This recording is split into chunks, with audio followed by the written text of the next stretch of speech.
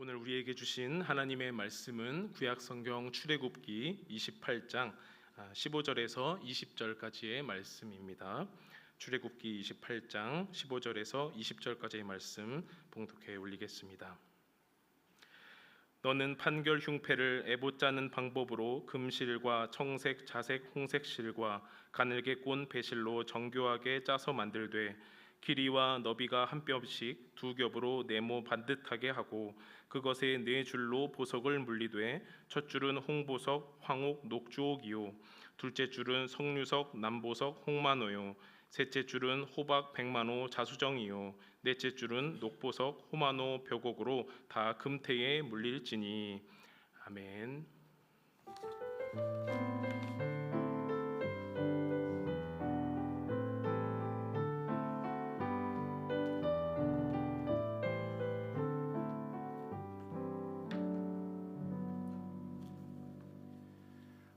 여러분 반갑습니다. 잘 지내셨어요? 예, 무더위 또 열대야로 되게 힘든 상황 가운데 잘 지내신지 모르겠습니다. 저는 잘 못 지냈습니다. 그 에어컨 실외기가 조금 문제가 있어가지고 선풍기 틀고 지내려고 하니까 진짜 믿음을 시험하는 시간을 지금 보내고 있습니다. 그래서 그런 상황 가운데 있다는 거. 자, 오늘 우리가 계속해서 이제 출애굽기를 읽어가고 있는데 이 출애굽기하고 레위기 부분이 우리가 읽을 때 굉장히 어려운 부분입니다. 그래서 오늘 말씀 제목 가운데 제가 보석이라는 표현을 썼는데, 여러분 보석이라는 게 그렇지 않습니까? 이제 사실은 이렇게 광물로 있다가 그냥 그 상태로 볼 때는 아직 보석은 아닌 거죠. 세공사, 그러니까 보석 세공사의 손을, 장인의 손을 거쳐야만이 진짜 이제 보석이 되는 건데, 그 과정이 필요한 것 같습니다. 그래서 여러분들이 이렇게 출애굽기랄지 레위기를 들을 때 목사님이랄지 또 말씀을 가르치시는 분을 통해서 들을 때 그때서야 비로소 조금 더 잘 이해되는 그런 본문이 바로 우리가 읽고 있는 그런 본문이라고 생각을 합니다.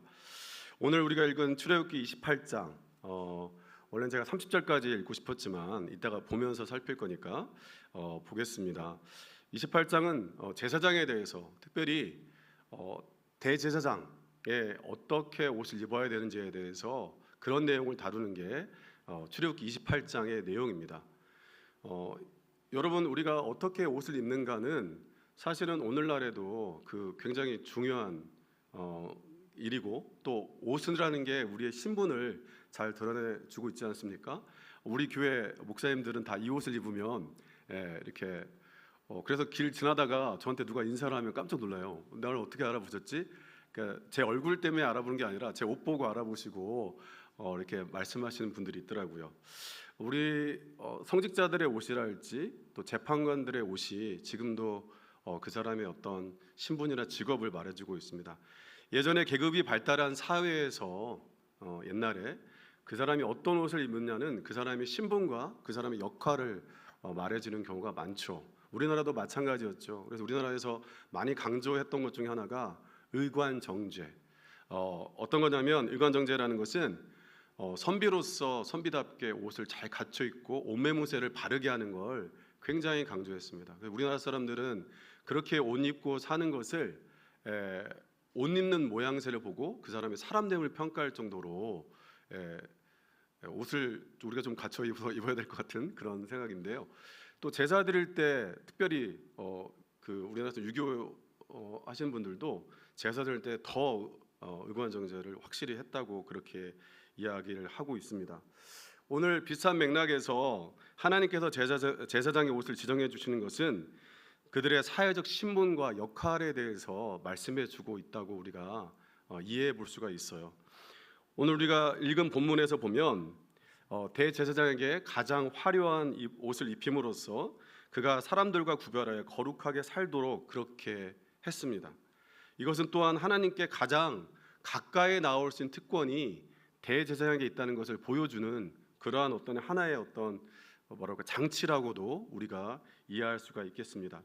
우리 출애굽기 오늘 제가 읽어가면서 우리가 읽진 않았지만 그런 부분들을 좀 같이 보려고 하는데, 출애굽기 28장 3절을 제가 표준세 번역 성경으로 한번 읽어보겠습니다.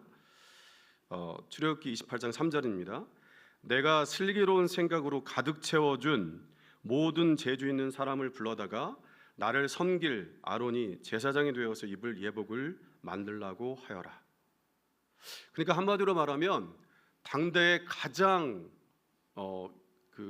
뛰어난 장인 혹은 디자이너가 지금 이 아론의 옷을, 대제사장의 옷을 이렇게 맡아서 지으라고 하는 거죠. 그러니까 그것을 통해서 어떤 그 사람의 신분과 지위 얼마만큼 생각하는지를 지금 하나님께서 보여주고 있습니다. 여러분, 옷만 놓고 보자면 일반 제사장과 대제사장은 잘 구분되지 않지만 오늘 우리가 이제 보았던 이 부분, 특별히 판결 흉패하고 그 앞부분이 이제 에봇이라는 건데, 그것을 통해서 제사장과 대제사장을 이제 구분합니다. 그러니까 대제사장은 에봇과 판결 흉패를 입으면, 옷으로만 볼 때 저 사람은 대제사장이구나 이렇게 알 수가 있죠. 한번 그림을 보겠습니다. 이런 모양, 여러분들이 이제 비슷한 모양들을 보겠는데, 에봇이라는 것은 우리가 표현하면 그렇지만 약간 앞치마처럼 앞에 입고 있는 이 부분, 가슴부터 밑에까지 내려온 그게 이제 에봇인데요. 금실과 청색, 자색, 홍색실, 가늘게 꼰 배실로 정교하게 짜서 만든 옷으로 이제 앞치마 모양으로 표현하자면 우리가 이해하기 좋게 생겼습니다. 그리고 이 가슴에 붙어 있는 게 이제 판결 흉패, 좀 말하는 게 흉이라는 게 가슴흉이잖아요. 그러니까 가슴에 붙여놓은 어떤 판, 천으로 만든 판인데 그게 판결 흉패입니다. 그 다음 그림을 보여주시면 이게 이제 판결 흉패예요. 앞에다가 이렇게 붙여서 옷에다가 이렇게 붙여가지고 하고 있는 게 판결 흉패입니다. 그러니까 두 가지를 옷으로 볼 때 입고 있으면 우리가 이 사람은 그 대제사장이다 알 수가 있습니다. 근데 아까 이제 그림을 내려줘도 될 것 같습니다. 대제사장의 그 옷에 보면 어깨 앞판과 뒷판, 그 앞치마 같이 생긴 에봇의 앞판과 뒷판을 연결해 주는 거기에 호마노라는 보석을 통해서 이렇게 연결해 준데, 성경에서는 견대라고 했습니다. 우리가 이해할 수 있는 말로 옮기면 멜빵. 제 표현이 좀 저렴한가요? 성경의 멜빵이라고 다른 성경들이 옮겨져 있습니다. 뭐 공동 번역이랄지 표준세 번역에 멜빵. 여기에 이제 그 나이 순대로 그 르우벤부터 이제 그 12지파의 이름을 쭉 써서 붙여서 양쪽에 여섯을 붙여서 그렇게 해 놓았습니다. 28장 9절에서 10절 말씀을 보겠습니다. 우리 28장 9절에 10절 우리 같이 한 목소리 한번 읽어볼까요? 호마노 2개를 가져다가 그 위에 이스라엘 아들들의 이름을 새기되 그들의 나이대로 6 이름을 한 보석에 나머지 6 이름은 다른 보석에 새기라. 여러분, 이렇게 대제사장의 옷에 어깨에다가 이렇게 새겨놓음을 통해서 지금 무엇을 보여주는 거냐면, 대제사장이라는 게 혼자 뛰어나고 혼자 대단하다는 걸 보여주는 게 아니라 그 사람이 맡겨진 역할이 무엇인지를 지금 보여주고 있는 겁니다. 그러니까 대제사장이 하나님 앞에 나가서 설 때 그 사람 혼자 서는 것이 아니라 지금 12지파, 다시 말하면 이스라엘 모든 백성이 하나님 앞에 선다는 것을 지금 상징적으로 보여주고 있는 것입니다. 비슷한 맥락에서 오늘 이제 판결 흉패를 우리가 가슴에 붙이는데 거기에 12보석을 이렇게 붙여놨습니다. 아까 판결 흉패 다시 한번 보여주실래요? 판결 흉패 아까 그림 제가 보여줬던 거. 여기 여러분이 볼 때, 아니 뒷부분 뒤에 거 보여주실래요? 여러분이 볼 때 왼편이죠. 왼편에 이제 보석이 있고 거기 자세히 보시면 이제 이름들도 거기에 이제 기록해 놓은 걸 볼 수가 있습니다. 자, 이렇게 해서 이걸 붙여놓는데 그렇게 해서 매달아 두게 했습니다. 내려주시고요. 그래서 28장 21절에 이렇게 말씀하고 있습니다. 우리 28장 21절도 같이 한번 읽어보겠습니다. 이 보석들은 이스라엘의 아들들의 수대로 12이 되게 하고 인장반지를 새기듯이 보석마다 각 사람의 이름을 새겨서 이 보석들로 12지파를 나타나게 하여라. 그러니까 이렇게 어깨와 가슴에 이렇게 둠으로써 대제사장이 하나님 앞에 나아갈 때 자기 혼자 하나님 앞에 나가는 것이 아니라 이스라엘을 대표해서 나가는 그런 거죠. 하나님 앞에 예배하는 거죠. 다시 표현하면 지금 하나님 앞에 이 대제사장을 통해서 12지파 이스라엘 백성이 하나님 앞에 서 있는 그런 것을 형상화하고 있습니다. 그럼 제가 이 앞부분에 대제사장의 이런 옷의 의복에 대해서 지금 길게 설명하고 이렇게 표현하고 있는데, 제가 이렇게 많은 말씀을 드리는 것은 이 대제사장의 역할을 우리가 알아야 우리 성경을 오늘 말씀을 통해서 하나님께서 우리에게 주시는 복음을 더 깊이 이해할 수가 있습니다. 여러분, 제사장이라는 말을 라틴어로 옮기면 폰티펙스라고 합니다. 폰티펙스.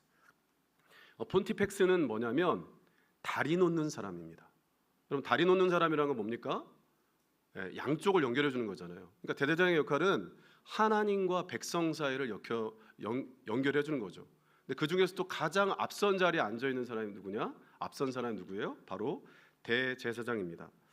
여러분, 대제사장 역할이 다양하게 나오는데 무엇보다도 하나님 앞에 나아가서 이제 지성소까지 나아가서 1년에 한 번씩 대속죄일에 그 이스라엘 백성들이 모르고 지은 죄를 하나님 앞에 이제 속죄하는 그런 큰 역할을 맡고 있죠. 그런데 여러분, 대제사장은요 매일같이 하나님 앞에 이 성소에 왔다 갔다 해야 되니까 자기를 위해서 매일같이 제사를 드려야 했습니다. 왜냐하면 인간이기 때문에 죄가 있기 때문에 그거를 이제 정결케 하기 위해서. 또 대제사장의 역할은 한시적이었어요. 그 사람의 나이가 있는 거고 또 그 사람이 이제 하나님 품으로 안기게 되면 다시 다른 사람이 그 역할을 이어받는 거죠. 여러분, 히브리서를 읽어보면 히브리서에서는 우리 예수님께서 대제사장이라고 이렇게 표현하고 있습니다. 예수님께서 하시는 역할이 뭐냐면 이 대제사장이 했던 역할들을 이어받아서 더 완벽한 대제사장 역할을 하는 거죠. 아까 말했던 것처럼 그 전에 대제사장은 자기 죄 때문에 매일같이 제사를 드려야지만 이제 예수님은 그렇게 할 필요가 없는 그런 분이시지 않습니까? 동시에 예수님은 자기 자신이 제물이 되셔서 그 이스라엘 백성의 죄를 사하는 그런 역할까지 해주시는 그런 것들을 이제 성경을 통해서 말씀하고 있습니다. 이 예수님의 역할을 통해서 우리가 그 대제사장 속에서 주셨던 역할을 통해서 예수님께서 맡겨주신 대제사장의 역할이 어떤 의미인지를 우리가 좀 더 깊이 있게 볼 수가 있습니다. 그것을 조금 더 이제 보면서 보았으면 좋겠는데요. 여러분, 우리가 생각할 때 이제 오늘 아침에는 이제 우리 오대수 목사님께는 회막에 대해서 말씀하시고 또 오늘 저들 이제 이 말씀을 나누는데, 자칫 출애굽기를 읽다 보면 하나님이 예배 받고 싶어서 우리한테 높임 받고 싶어서 회막을 만드시고 우리한테 대제사장도 만들고 그렇게 하시는 거 아닌가? 근데 여러분, 오늘 말씀을 잘 읽어 보면 하나님께서 우리를 창조하실 때 우리가 하나님과 함께하도록 지어진 백성이기 때문에 우리를 위해서 친히 하나님께서 회막도 만드시고 대제사장도 만드시는 겁니다. 하나님과 직접적으로 만나면 죄 많은 인간들이 죄로 인해서 거룩하신 하나님 앞에서 죽을 수도 있기 때문에 성경은 그렇게 우리에게 가르쳐주고 있는데, 그렇기 때문에 회막을 필요로 하는 것이고요, 또 대제사장의 역할을 필요로 하는 것입니다. 조금 더 그 역할에 대해서 조금 더 들어가 보면, 여러분, 우리 예수님께서 나중에 결국은 본인 스스로가 대제사장의 역할도 하시고 본인의 몸이 성막이 되셔서 본인의 몸을 찢음으로써 하나님과 인간 사이에 막혔던 담을 열어주시는 역할을 우리 예수님께서 해주고 계시지요. 자, 이렇게 이제 중요한 예수님과 대제사장의 역할의 어떤 연결고리들을 설명해 드렸는데요. 이제 오늘 우리가 이야기했던, 오늘 우리가 읽었던 판결 흉패에 대해서 조금 더 깊이 있게 한번 보았으면 좋겠습니다. 사실 오늘 28장을 읽어보면 대제사장의 옷, 에봇에 대해서는 9절 정도 이야기를 하고 있고, 판결 흉패는 16절, 그러니까 15절부터 30절까지가 판결 흉패에 대해서 말하고 있습니다. 그러니까 절의 배분이라는 건 뭐예요? 중요도를 말하잖아요. 지금 판결 흉패가 굉장히 중요하다는 것을 그 절의 구성을 통해서 말씀하고 있습니다. 그래서 판결 흉패를 이 가슴에 두게 하고 거기에 12보석을 두고 거기다 이름까지 새기게 한 것, 그 가운데 새겨진 그 놀라운 하나님의 사랑과 또 복음에 대해서 우리가 조금 더 귀를 기울였으면 좋겠습니다. 출애굽기 28장 29절 말씀을 우리가 표준 세번역 성경으로 같이 한번 읽어보겠습니다. 출애굽기 28장 29절 말씀 같이 한번 읽어볼까요? 아론이 성소로 들어갈 때에는 이스라엘 아들들의 이름이 새겨진 판결 바지를 가슴에 달고 들어가게 하여 이것을 보고 나 주가 언제나 이스라엘을 기억하게 하여라. 이렇게 말씀하고 있습니다. 그러니까 지금 우리가 생각해 보면 이스라엘 백성들이 하나님을 기억하게 하는 게 이 가슴 흉패의 목적이 아니라 하나님께서 이스라엘 백성을 기억하기 위해서 지금 가슴에 이 판결 흉패를 붙이라고 하고 있다는 거죠. 여러분, 무엇보다도 판결 흉패를 붙이게 한 곳이 어디냐면 가슴에 붙이라고. 그 이름도 가슴 흉패. 그러니까 흉패란 말이 가슴에 붙이는 이 어떤 패라는 거잖아요. 이제 그 말 자체가 많은 것을 상징하고 있는데, 여러분, 히브리어 가슴에 해당하는 레브란 단어는요, 그 단어 자체가 마음, 생각, 그리고 어떤 의지, 그런 것들을 다 포괄하고 있는 게 또 사랑이란 말도 레브라는 단어에서 또 출발하거든요. 그러니까 이 가슴에다가 판결 흉패를 두게 하셨습니다. 그러니까 하나님께서 이스라엘 백성들 하나하나를 자신이 기억하겠다, 그렇게 말씀하고 있는 거죠. 근데 여기서 기억하겠다고 하는 이유의 가장 큰 목적은 뭐냐면, 우리가 잘 살 때도 있지만 우리가 못 살 때였었습니까? 집에서 우리가 부모와 자식 간에도, 친구 간에도, 형제 간에도 뭐예요? 잘 지낼 때는 보고 싶지만 잘 못 지낼 때는 어때요? 보기 싫을 때 있잖아요. 그런데 이렇게 가슴에 붙임으로 말미암아 이스라엘 백성이, 하나님의 백성이 죄를 지을 때조차도 하나님께서 그 백성을 기억하겠다. 그게 이 가슴 흉패에 달려있는 하나님의 의도입니다. 여러분, 지금이야 보석이라는 게, 이제 여기 다 보석 하나쯤 다 하고 계시죠? 안 하신 분들이 있을까봐. 예, 보석이란 게 뭐 반지랄지 귀걸이, 뭐 그리고 뭐 목걸이, 이런 게 다 보석이지 않습니까? 거기에 달려 있는 거. 물론 이제 지금은 금속으로 많이 바뀌었지만, 보석이란 말, 이게 빛나는 돌이라는 의미잖아요. 단순하게 표현하자면 보석이라는 게, 그러니까 돌 중에서 좀 괜찮은 거, 이제 그런 얘기를 하는 거죠. 지금이야 조금 보석이 일반화됐지만 고대 사회에서는요, 보석은 크게 두 가지 의미가 있었습니다. 하나는 주술적 의미가 있었어요. 그래서 애군을 막아주고 불행으로부터 자기를 지켜주는 게 보석의 역할입니다. 또 다른 역할은 뭐냐면, 왕이나 여왕 혹은 통치자의 권위를 나타낼 때 쓰이는 게 보석입니다. 그런 보석을 갖고 있으면 나는 너와 이렇게 달라, 나 이렇게 빛나는 존재야, 이렇게 보여주는 게 보석이라는 거죠. 이것이, 그래서 여러분이 보석을 이제 쫓아가다 보면 그 사람이 얼마나 위대하고 대단한 왕이었는가, 통치자였는가, 뭘 통해서 우리가 알 수 있습니까? 거기에서 뭐 금관이 나왔다든지 뭔가 엄청난 보석이 나왔으면 이 사람이 대단한 통치자였나 보다, 이렇게 우리 추정할 수 있지 않습니까? 오늘날에도 누구누구 왕의 사파이어, 뭐 누구누구 여왕의 다이아몬드, 이런 식으로 이런 보석에 대해서 되어지는 얘기를 통해서 그 어떤 왕의 치세랄지 권세에 대해서 이야기하는 게 나와 있습니다. 여러분, 지금 출애굽을 하는 이스라엘 백성들에게 있어서 왕은 지금 없으니까 지금 보석이 있는데요, 이 보석이 누구에게 쓰여지고 있는가를 볼 필요가 있습니다. 여러분, 성경을 쭉 쫓아가 보면 출애굽기 25장에 처음으로 보석이란 말이 등장하고 28장에 보석이란 말이 등장하는데, 출애굽기 25장에도 그렇고 25장 7절에 보석이란 말이 등장하고 또 28장에 등장하는데, 등장하는 모든 보석에 대해서 그것들은 하나님을 향해서가 아니라, 그러니까 신에게 어떤 그 위대함을 높이기 위해서 보석을 사용한 게 아니라, 지금 그 보석을 이스라엘 백성을 위해서 사용하고 있는 겁니다. 다르게 표현하자면, 하나님께서 지금 자기가 영광을 받고 존귀를 받기 위해서 보석을 취하려고 하는 게 아니라, 이스라엘 백성들, 그 사람들에게 보석을 주시고 그 보석 위에 각각의 이름을 새겨주고 있는 게 오늘 성경에서 우리에게 말씀하고 있는 그런 내용입니다.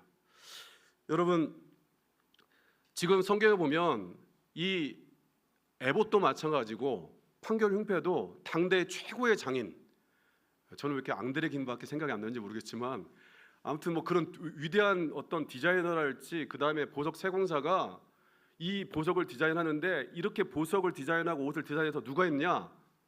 하나님을 위해서가 아니라 이스라엘 백성을 위해서 지금 그렇게 하고 있다는 겁니다. 여러분 그 보석 위에 이름을 새깁니다. 아까 얘기했지만 고대의 보석의 역할은 왕의 권위랄지 뭔가 통치자의 권세를 나타내기 위해서 보석을 필요로 하는데 여러분 그 보석 위에 지금 12 사람의 이름을 새기고 있죠. 레위는 제사장 가보니까 빼고 레위 대신에 이제 요셉의 두 아들 므낫세와 에브람, 요셉이 빠지고 이렇게 해서 12명이 구성이 되는 겁니다. 거기에 어떤 사람이 들어가냐면 르우벤, 시므온, 유다, 이사갈, 스불론, 단, 납달리, 갓, 아셀, 베냐민, 에브라임, 므낫세. 이게 여기에 나와 있는 이름들이죠. 자, 여기서 질문 하나 드리겠습니다. 여러분 여기에 지금 제가 읽어드린 이름 중에 이 보석에 걸맞는 이름이 있습니까? 이 보석을 걸칠 만한 어떤 왕적 권위랄지 대단한 일을 행한 사람이 이 중에 있는가요? 여러분 예를 들어볼까요? 르우벤 어땠습니까? 르우벤이라는 사람 우리가 잘 아는 것처럼 요셉을 동생들이 팔려고 할 때 그것을 방관했던 사람이 르우벤입니다. 더 심각한 건 성경에 기록되어 있습니다. 바로 야곱의 첩, 서머라고 하죠. 빌하와 동침했습니다. 여러분 시므온은 어떻습니까?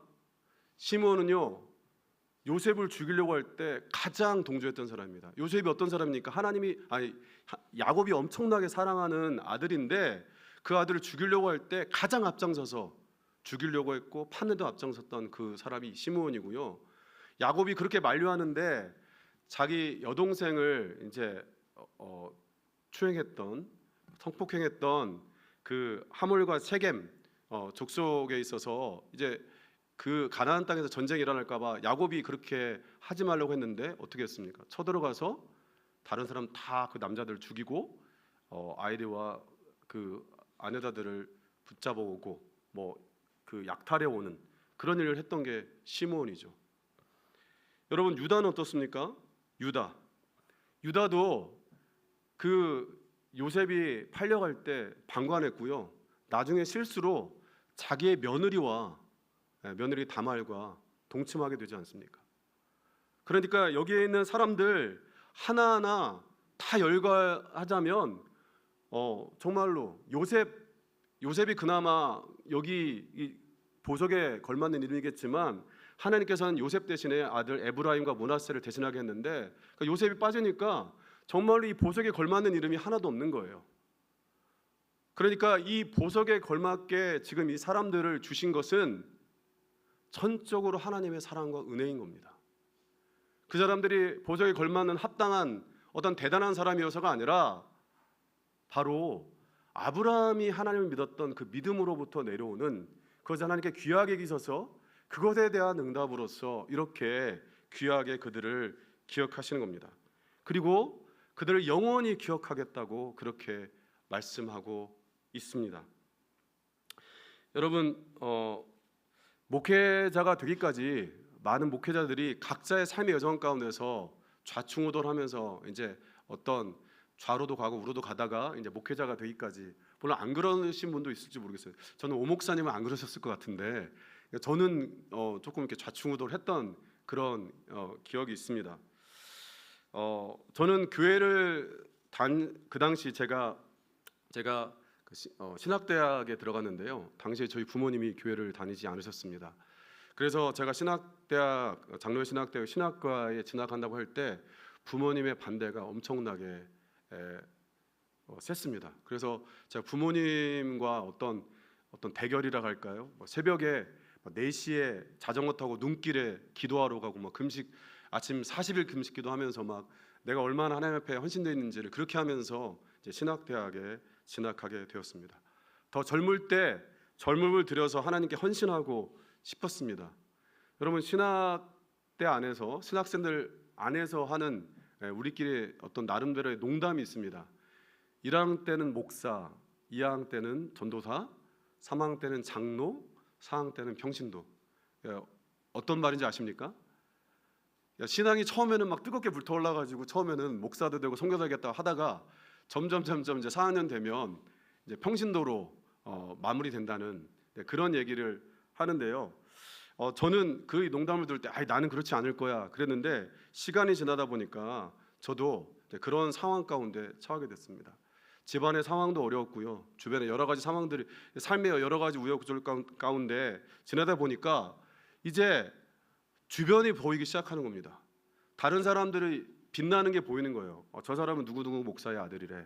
저 사람은 누구누구 장로의 아들이래. 저 집안은 뭐 평양 그때부터 믿었다. 뭐 이런 것들이 보이면서 뭔가 교수님들이 더 편애하는 것 같고 그런 것들이 제 눈에 들어오기 시작하는 겁니다. 실제로 그렇게 어떤 제가 볼 때는 그런 관계성을 통해서 이제 좋은 교회랄지 어떤 좋은 사역지로 가는 것들을 보기도 했습니다.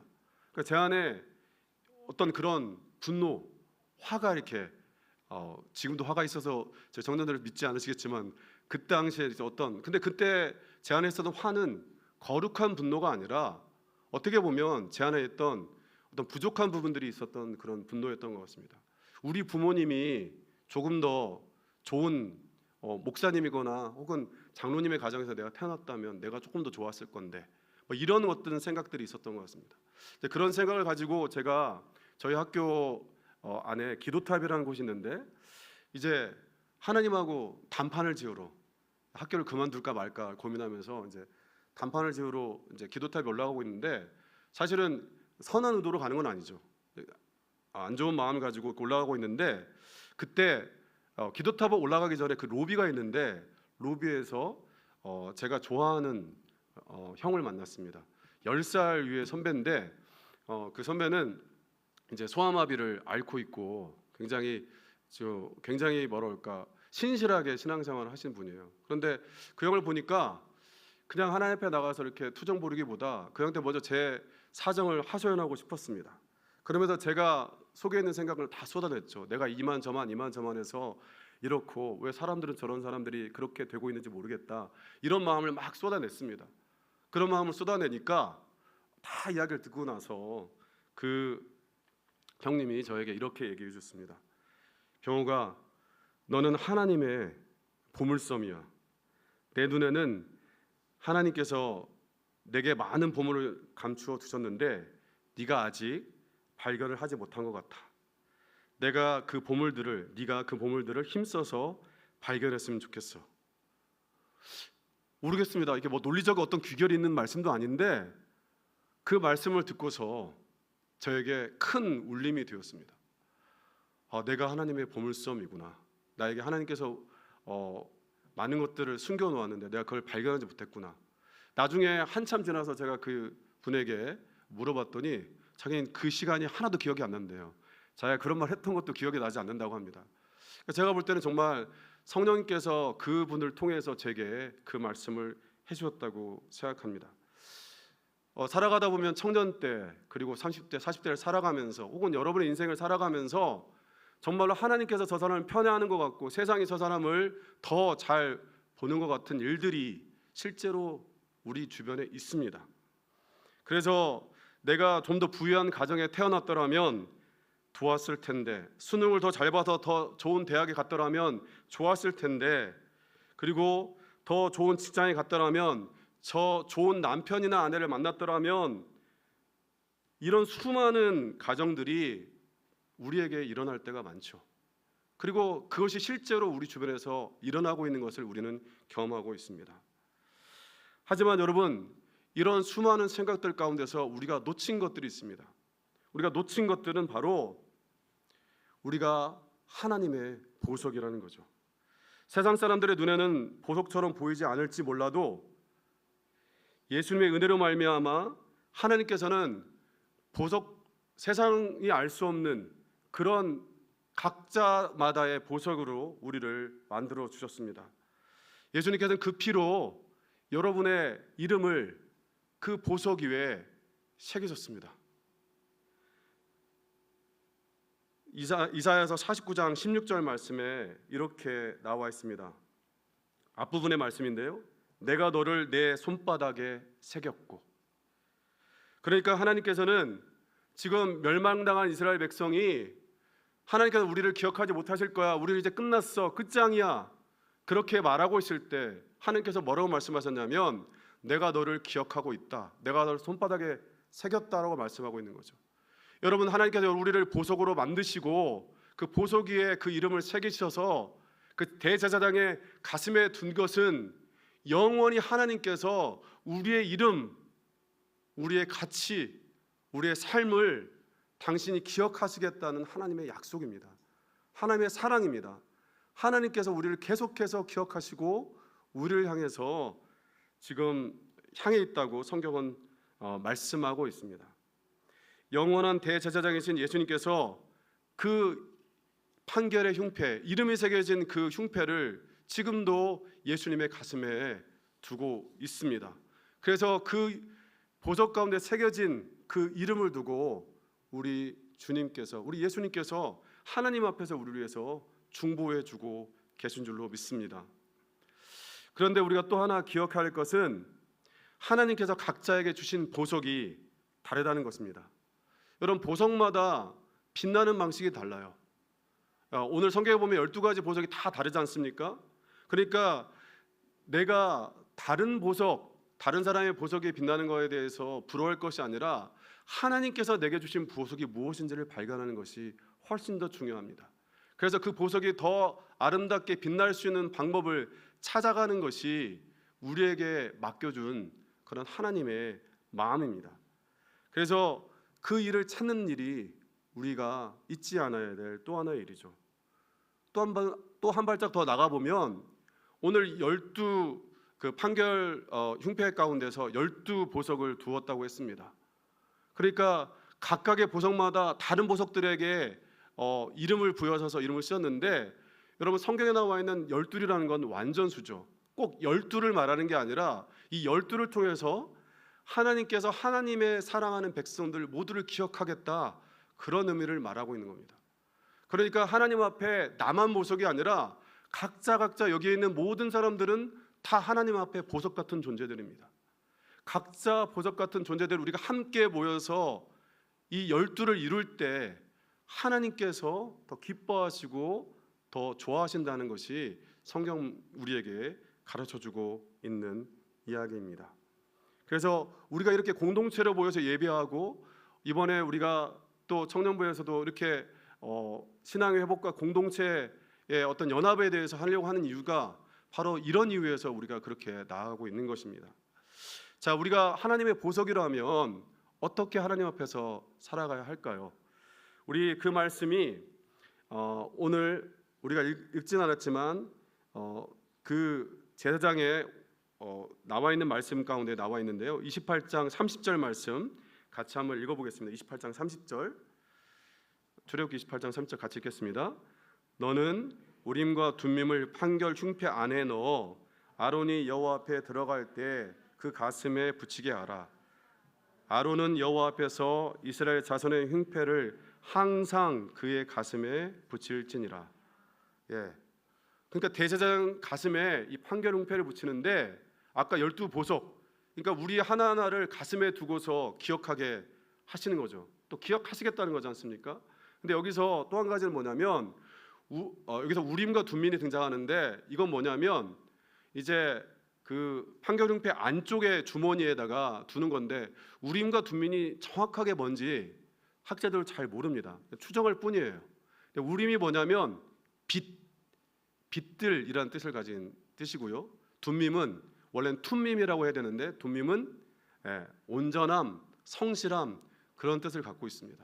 그래서 뭔가 중대한 결정, 어떻게 해야 될지를 결정할 때 이 우림과 둠밈을 통해서 이제 보았다는 거죠.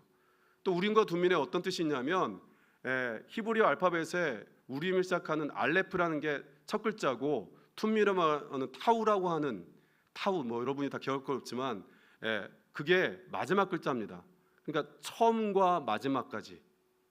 그러니까 무슨 얘기예요? 우리가 그 우림과 둠밈의 그 용도 어떻게 했는지 모르겠지만 의미를 쫓아가자 보면 우리가 보석으로서 세상에 어떻게 살아갈까를 생각할 때 결국 우리가 갈등되고 어떤 결정을 할 때 어떻게 결정을 하는 겁니까? 빛 가운데서 온전함과 성실함으로 처음부터 끝까지 그렇게 빛 가운데서 온전함과 성실함으로 나아가는 거. 우리가 살아가는 길 가운데 각자마다 다양한 여정이 있지 않습니까? 그럴 때 우리가 어떻게 결정해야 되냐? 바로 그렇게 결정해 가야 된다고 말씀하고 있는 겁니다. 그게 성령이 우리에게 가르쳐주고 있는 말씀이죠. 여러분, 말씀을 맺으면서 제 선배가 제가 했던 이야기를 여러분에게 돌려드리고 싶습니다. 여러분은 하나님의 보물섬입니다. 여러분 가운데 그 보물을 찾은 분도 있고 그렇지 못한 분도 있을 거라고 생각합니다. 여러분, 시간을 내고 애쓰고 성실함과 온전함으로 처음부터 끝까지 그 보물을 찾기 위해서 노력하는 여러분 되셨으면 좋겠습니다. 사랑하는 여러분 하나하나는 하나님께 빛나는 보석입니다. 거기다가 여러분 각자의 이름을 하나님께서 새겨 넣으셨습니다. 그렇게 하셔서 하나님께서 영원히 하나님께서 여러분을 기억하시겠다는 거죠. 그 하나님의 사랑이 예수 그리스도의 십자가 사건을 통해서 드러나는 거죠. 내가 너를 이렇게까지 사랑한다. 예수님의 십자가 보혈은 무엇입니까? 바로 여러분의 이름을 세상의 보석, 그 어떤 보석보다 귀하게 하시고 거기다 이름을 새겨 넣는 그 하나님의 사랑을 보여주고 있는 것입니다. 사랑하는 여러분, 이 하나님께서 여러분 각자를 당신 앞에 보석으로 만들어 놓으시고 거기에다가 여러분의 이름 하나하나를 세워 놓으셨다는 것, 새겨 넣으셨다는 것을 기억했으면 좋겠습니다. 우리 지금 이 시간 같이 찬양했으면 좋겠는데요. 제가 지난 한 주간에 이 찬양을 하면서 큰 은혜를 받았습니다. 나의 하나님이라는 찬양인데 가사가 이렇게 됩니다. 나의 사랑, 너는 어여쁘고 참 귀하다. 어느 보석보다 귀하다. 내가 사랑스럽지 않을 때 너를 온전히 사랑하고 내가 너와 함께하려 내가 왔노라. 나의 사랑,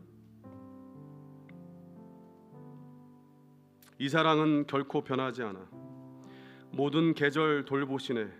풀은 마르고 꽃은 시드나 주의 말씀은 신실해. 실수가 없으신 주만 바라네. 이 가사가 여러분의 가슴에, 여러분의 마음에 새겨졌으면 좋겠습니다. 하나님께서 여러분을 그렇게 사랑하십니다. 우리 이 찬양 부르면서 하나님 앞으로 나아가도록 하겠습니다.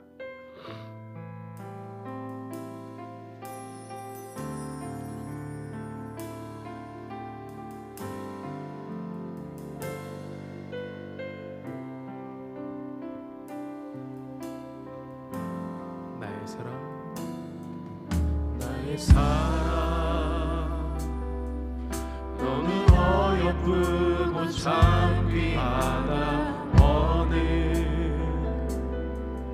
보석보다 귀하다. 네가 사랑스럽지 않을 때 너를 온전히 사랑하고 너와 함께하려. 우리 나의 사랑 한 번 더 고백하시면 나의 사랑.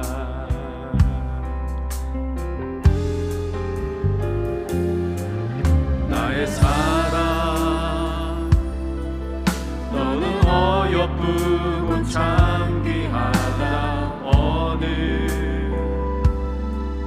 보석보다 귀하다. 내가 사랑스럽지 않을 때 너를 온전히 사랑하고 너와 함께하려 내가 왔노라. 주님의 나라와 주님의 나라와 뜻이 나의 삶 속에 임하시며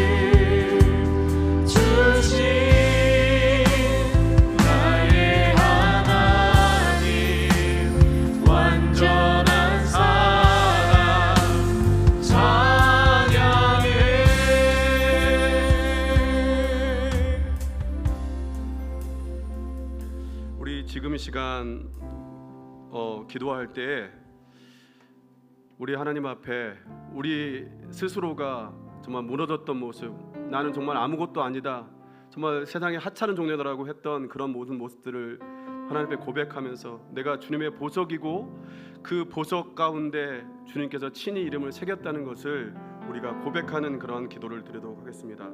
같이 기도하겠습니다. 아버지 하나님께서 저희를 아버지 세상의 존귀한 보석으로 각자를 불러주셔서 세워주시고 거기에 이름을 세워주셨는데 저희가 세상을 살아가면서 아버지 패배감과 아버지 정말 낙담 가운데 살았던 저희의 모습을 고백합니다. 여호와 나의 아버지 하나님, 정말 저희에게 아버지 저희를 보석같이 지으시고 거기에 이름을 새기시고 저희를 영원히 기억하시고 약속해 주셨는데 그 고백을 가지고 나갈 수 있도록 도와주시고 주님 앞에 나갈 수 있도록 도와주시고 아버지만을 의지하며 나갈 수 있도록 아버지 고백하면서 나가기를 원하오니 아버지께서 저희를 도와주시기 원합니다. 아버지 감사합니다. 아버지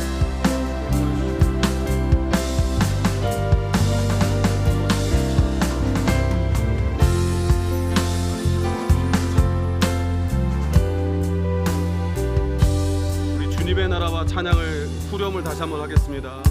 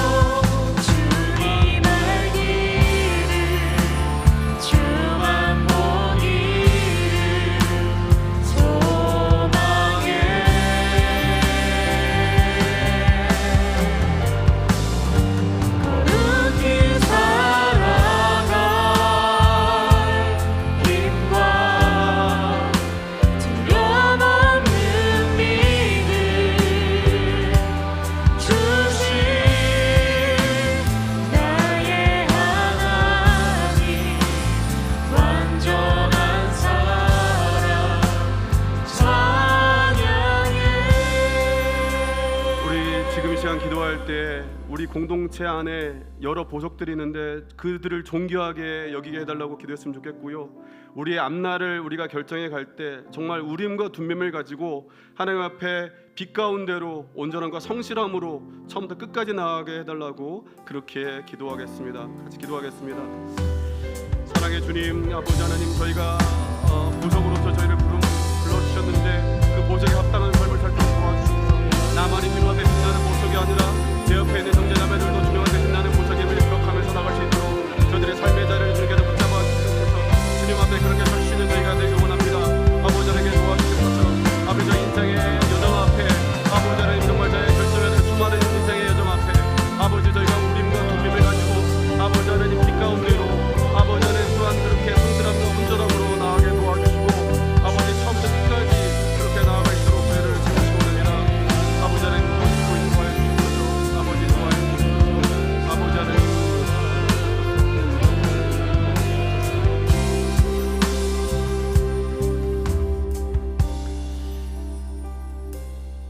하나님 하나님께서 우리를 사랑하셔서 당신의 수많은 보물들을 우리에게 감추어 주셨습니다. 우리를 보석으로 빛나게 하시고 우리 한 사람 한 사람의 이름을 그 보석 위에 친히 새겨 넣으셨습니다. 하나님, 우리가 예수 그리스도를 통해서 존귀한 자가 되었음을 저희가 다시 한번 기억하게 도와주시고 우리 공동체 안에 있는 여러 지체들이 또한 빛나는 보석임을 인정하면서 함께하는 그러한 귀한 공동체 되게 주님 축복하여 주시옵소서. 아버지 하나님, 특별히 우리가 인생을 살아갈 때 어렵고 힘들고 아버지 어떻게 가야 될지 모르는 그 순간에도 빛 가운데로 온전함과 성실함으로 처음부터 끝까지 걸어갈 수 있도록 우리를 지켜 주시옵소서. 함께 하시는 믿사오며 이 모든 말씀 예수님의 이름으로 기도드립니다. 아멘.